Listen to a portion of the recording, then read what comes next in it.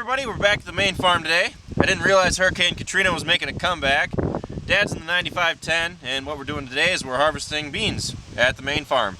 And we're hauling them straight from the combine to the bin where they'll sit, and we'll make sure that they cool down and dry off to where we can sell them. Now, we're not really pushing all that hard because it's about halfway through October. We're on normal schedule with what we're compared to other years. Usually what we'll do is we'll start with corn. We'll do corn here and there, and then halfway through October we'll start in on beans, and we'll get all those done, then we'll finish off with corn.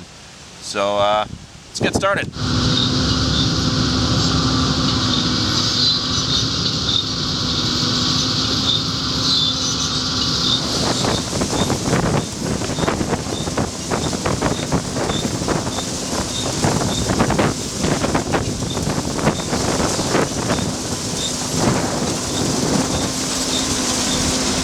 Now the thing is about beans is that they are incredibly dusty. They are a low yielding crop, but they are more valuable than corn. So when you go to sell them, you'll have less crop, but you'll get more money for it. So there are less expenses, there's less trucking, but there's not always the kind of return that you'll see by raising corn.